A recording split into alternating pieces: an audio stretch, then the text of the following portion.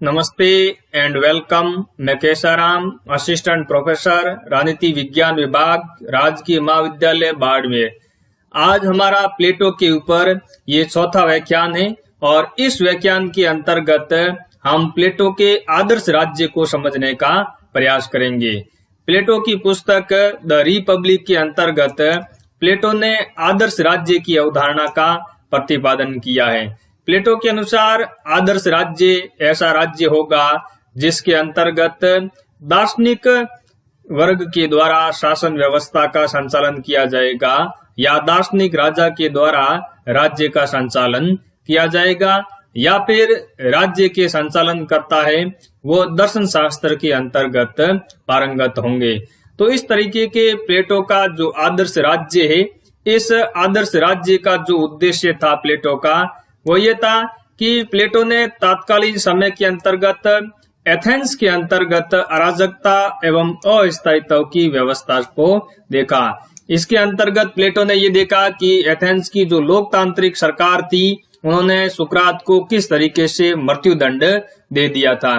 सुकरात सत्य बोलने वाला विद्वान था, वह दर्शन शास्त्र का ज्ञाता था, लेकिन एथेंस की सरकार ने उसके ऊपर मिथ्या आरोप लगा करके उसको मृत्युदंड दे दिया।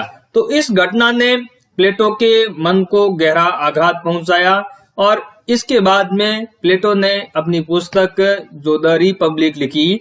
इस रिपब्लिक के अंतर्गत प्लेटो ने ये लिखा कि हम जिस राज्य को देख रहे हैं, जिस प्रकार के राज्य का हम अनुभव कर रहे हैं, यह राज्य अपने आप में अपूर्ण राज्य है। तो पूर्ण राज्य कैसा होगा? तो पूर्ण राज्य की जो अवधारणा दी प्लेटो ने, वो है उसका आदर्श राज्य की अवधारणा। तो एथेंस के अंतर्गत अराजकता एवं अस्थायित्व की बुराई से छुटकारा पाने के लिए प्लेटो ने आदर्श राज्य की कल्पना की। प्लेटो लिखता है कि राज्य कोई वृक्ष या चट्टानों से नहीं बनता, बल्कि राज्य उसके अंतर्गत निवास करने वाले व्यक्तियों के चरित्र से निर्मित होता है।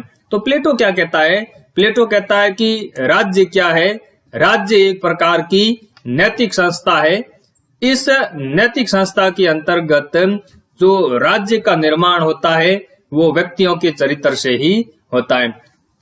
तो प्लेटो अपनी पुस्तक द रिपब्लिक के अंतर्गत इस तरह के आदर्श राज्य की कल्पना करता है और इस तरह के आदर्श राज्य की स्थापना किस तरीके से की जा सकती है, उन सिद्धांतों की बात करता है। अब हम ये समझेंगे कि प्लेटो के आदर्श राज्य के मूलभूत सिद्धांत क्या है, किस तरीके से आदर्श राज्य की प्राप्ति संभव है। तो पहला जो मूलभूत सिद्धांत है वो यह है कि दार्शनिक राजा का शासन। प्लेटो का ये मानना है कि जब तक दार्शनिक राजा का शासन नहीं होगा या फिर राजा खुद दर्शन शास्त्र की शिक्षा नहीं ले लेता, तब तक जो शासन व्यवस्था होगी वह स्वार्थ पर आधारित होगी, निरंकुशता पर आधारित होगी, अव्यवस्था पर आधारित होगी, जिसके अंतर्गत शासक वर्ग जनता की निस्वार्थ भावना से सेवा नहीं करके अपने स्वार्थों की पूर्ति के लिए शासन व्यवस्था का संचालन करते हैं। तो प्लेटो ये कहता है कि एक आदर्श राज्य के अंतर्गत जो शासन व्यवस्था का संचालन है वो दार्शनिक राजा के द्वारा किया जाना चाहिए। दूसरी जो प्लेटो के आदर्श राज्य की विशेषता है वो है समाज को वह 3 भागों के अंतर्गत विभाजित करता है। प्लेटो कहता है कि समाज 3 भागों के अंतर्गत विभाजित है। समाज के अंतर्गत जो 3 वर्ग है उनमें से पहला दार्शनिक शासक, दूसरा सैनिक वर्ग और तीसरा उत्पादक वर्ग। तो प्लेटो समाज को इन 3 भागों के अंतर्गत विभाजित करता है। प्लेटो ये कहता है कि दार्शनिक शासक उसको बनना चाहिए जिसके पास में ज्ञान हो, बुद्धि हो, जो दर्शन शास्त्र का विद्वान हो, उसी व्यक्ति को दार्शनिक राजा के रूप में शासन व्यवस्था का संचालन करना चाहिए। जिनके अंतर्गत भावनाएं बहुत ज्यादा प्रबल हो, मनोवेग ज्यादा प्रबल हो, जिसके अंतर्गत साहस का सद्गुण हो, तो ऐसे व्यक्तियों को सैनिक वर्ग के अंतर्गत शामिल होना चाहिए। और जिस व्यक्ति के अंतर्गत, जिनके अंतर्गत लालसा की प्रधानता हो उन व्यक्तियों को उत्पादक वर्ग के अंतर्गत शामिल होना चाहिए। तो प्लेटो का जो आदर्श राज्य है वह प्रधान लक्षणों के आधार पर व्यक्ति की जो आत्मा का प्रधान लक्षण है उनके आधार पर 3 भागों के अंतर्गत विभाजित है। अगली जो विशेषता है वह प्लेटो ये कहता है कि राज्य व्यक्ति का ही विराट या बड़ा रूप है। इसका क्या मतलब है? इसका ये मतलब है कि प्लेटो इस बात को इस संदर्भ में कहता है कि अगर हमें राज्य को समझना है, राज्य के संदर्भ में अगर हमें न्याय की स्थापना की बात करनी है तो हमें व्यक्ति के स्वभाव को समझना होगा, व्यक्ति की प्रकृति को समझना होगा। जब हम व्यक्ति की प्रकृति और व्यक्ति का स्वभाव समझ लेंगे तो राज्य का जो स्वभाव और प्रकृति है वो अपने आप समझ में आ जाएगी। तो प्लेटो के अनुसार राज्य क्या है? राज्य तो व्यक्ति का ही बड़ा रूप है। तो हमने जब प्लेटो की न्याय सिद्धांत की बात की तो उसके अंतर्गत देखा कि प्लेटो पहले तो व्यक्ति के जो आत्मा है उसके प्रधान लक्षणों की बात करता है और उन्हीं प्रधान लक्षणों का अध्ययन करके जब वो ये कहता है कि व्यक्ति जब इन 3 लक्षणों के मध्य सामंजस्य स्थापित कर लेता है और विवेक के अनुसार संचालित होता है तो व्यक्ति के संदर्भ में न्याय स्थापित हो जाता है। और राज्य के संदर्भ में न्याय तब स्थापित होता है जब प्रत्येक व्यक्ति अपने प्रधान लक्षण के अनुसार कार्य कर लेता है और दूसरे के कार्यों के अंतर्गत हस्तक्षेप नहीं करता है। तो इस तरीके से प्लेटो का ये मानना है कि राज्य तो व्यक्ति का ही बड़ा रूप है, व्यक्ति का ही विराट रूप है। अगली जो विशेषता है प्लेटो के न्याय सिद्धांत की वो है न्याय पर आधारित राज्य। प्लेटो के आदर्श राज्य के अंतर्गत न्याय के सिद्धांत के ऊपर सर्वाधिक बल दिया गया है। प्लेटो ये कहता है कि आदर्श राज्य ऐसा राज्य होगा जो न्याय पर आधारित होगा। तो हमने जब प्लेटो के न्याय सिद्धांत को पढ़ा तब हमने ये देखा कि प्लेटो क्या कहता है। प्लेटो कहता है कि जब अपने अपने प्रधान गुणों के अनुसार व्यक्ति कर्तव्य का पालन करेगा और दूसरों के कार्यों के अंतर्गत हस्तक्षेप नहीं करेगा तो ऐसा राज्य किस पर आधारित होगा? ऐसा राज्य न्याय पर आधारित राज्य होगा। अगली जो विशेषता वो है पत्नियों एवं संपत्ति का साम्यवाद। प्लेटो का ये मानना था कि अगर संरक्षक वर्ग के पास में यानी शासक वर्ग और सैनिक वर्ग के पास में अपना निजी परिवार होगा और निजी संपत्ति होगी तो फिर संरक्षक वर्ग है वो राज्य का संचालन और राज्य की सेवा निस्वार्थ भावना से प्रेरित होकर के नहीं करेंगे।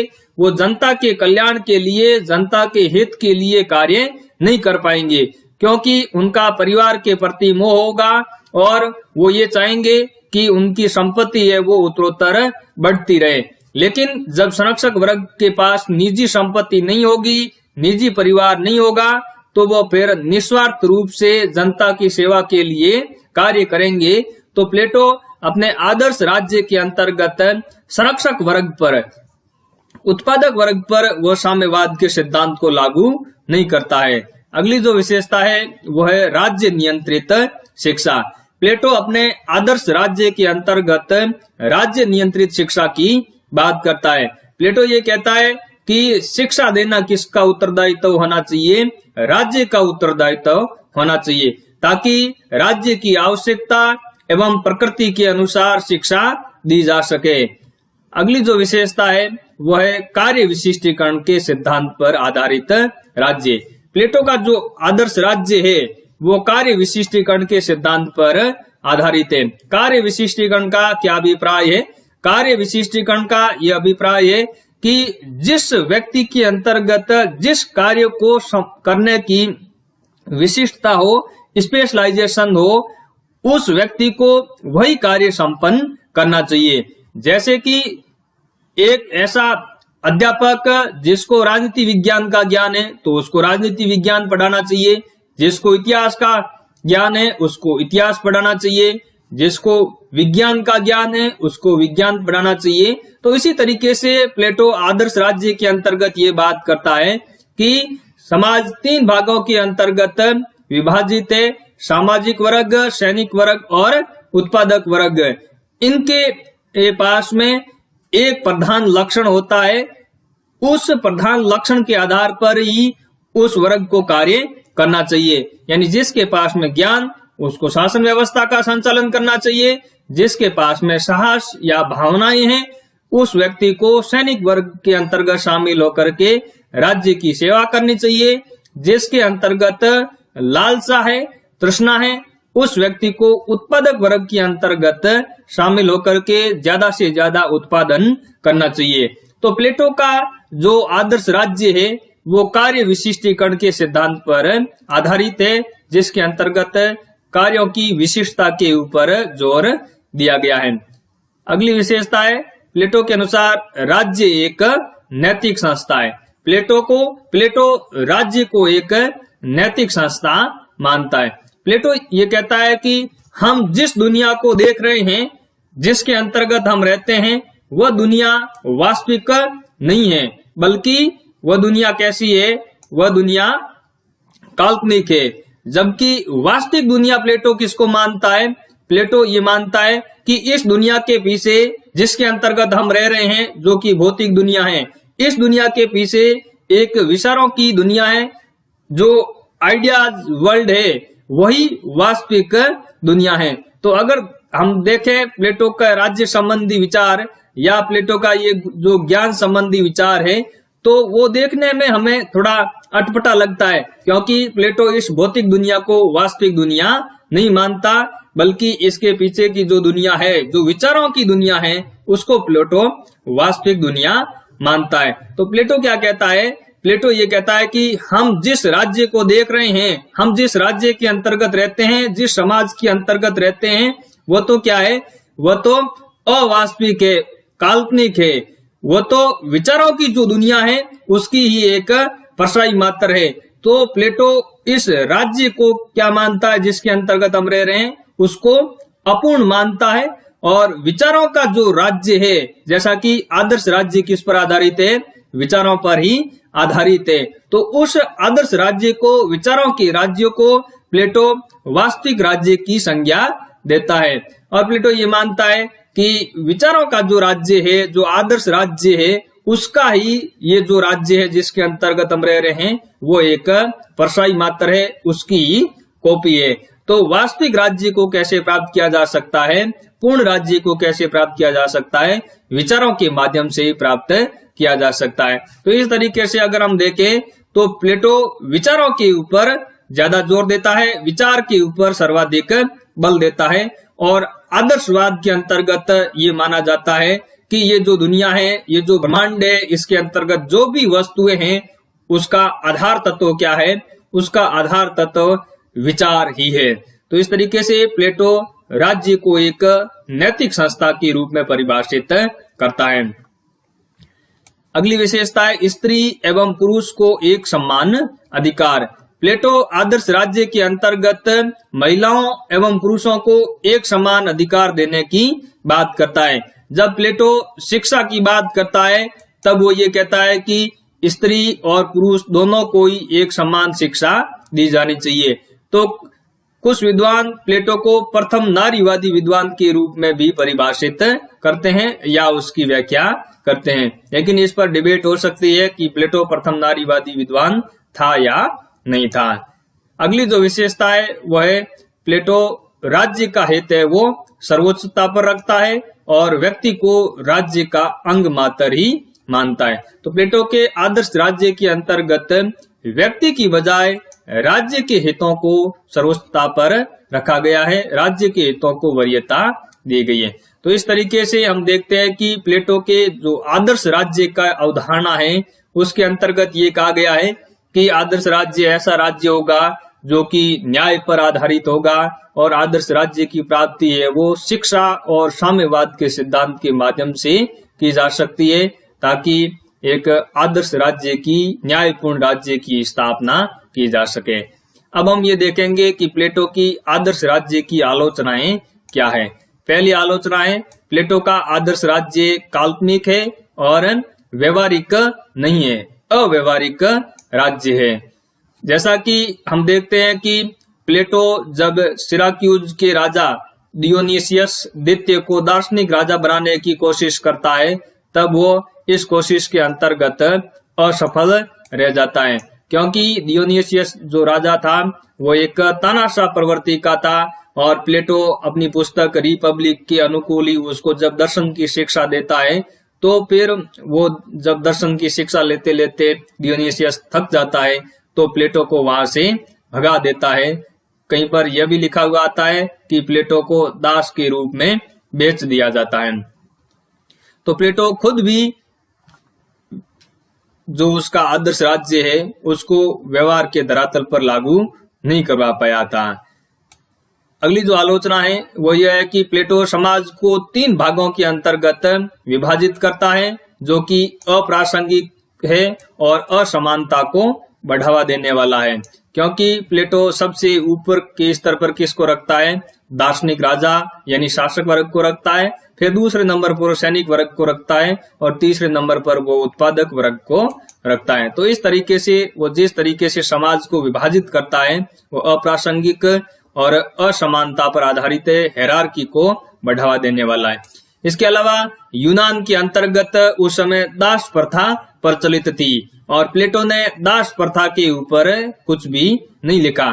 तो ये माना जाता है कि प्लेटो दास प्रथा पर मौन है, इसलिए दास प्रथा के प्रति प्लेटो की मौन स्वीकृति है। दार्शनिक राजा की तानाशाही। प्लेटो जिस तरह के दार्शनिक राजा की बात करता है वो कहता है कि दार्शनिक राजा है वो ज्ञानवान होगा, विवेक के आधार पर शासन व्यवस्था का संचालन करेगा। तो इस तरह के दार्शनिक राजा के ऊपर प्लेटो किसी प्रकार का कोई प्रतिबंध नहीं लगाता है। तो ये खतरा बना रहता है कि इस तरह का जो दार्शनिक राजा है वो तानाशाह हो सकता है। इसलिए कार्ल पॉपर जो कि एक उदारवादी विद्वान है, ये प्लेटो को प्रथम फांसीवादी विद्वान कहता है। कार्ल पॉपर ये कहता है कि प्लेटो ही पहला फांसीवादी विद्वान था। इसके अलावा क्रॉसमैन और रसेल जैसे विद्वान भी प्लेटो को सर्वाधिकारवाद का समर्थक कहते हुए उसकी आलोचना करता है। अगली जो आलोचना है वो यह है कि प्लेटो कला एवं साहित्य पर राज्य के नियंत्रण की बात करता है। प्लेटो ये कहता है कि जो कला और साहित्य व्यक्ति के चरित्र को भ्रष्ट करते हो, व्यक्ति के चरित्र पर कुप्रभाव डालते हो, उसको राज्य के द्वारा प्रतिबंध कर देना चाहिए। तो इस तरीके का जो प्लेटो विचार देता है वो तो एक स्वतंत्र चिंतन के खिलाफ है। इसलिए कार्ल पॉपर प्लेटो को मुक्त समाज का दुश्मन मानता है। कार्ल पॉपर अपनी पुस्तक the open society and it's enemies, इसके अंतर्गत वह प्लेटो, हीगल और कार्ल मार्क्स इन तीनों विद्वानों को ही मुक्त समाज का दुश्मन कह करके उनकी आलोचना करता है। लेकिन फिर इन आलोचनाओं के बावजूद भी अगर हम देखें तो प्लेटो का जिस तरीके का आदर्श राज्य का प्लेटो ने रिपब्लिक के अंतर्गत चित्रण किया है, उसका मूल मकसद यही है कि राज्य के अंतर्गत, समाज के अंतर्गत न्याय की स्थापना हो सके, शिक्षा के माध्यम से समाज के अंतर्गत बदलाव लाया जा सके। तो इन आलोचनाओं के बावजूद भी प्लेटो के आदर्श राज्य का जो महत्व है वो कम नहीं हो जाता है। तो इस व्याख्यान के अंतर्गत हमने प्लेटो के आदर्श राज्य की अवधारणा को समझने का प्रयास किया। उम्मीद करता हूं कि प्लेटो का आदर्श राज्य की अवधारणा आपको समझ में आई होगी। धन्यवाद।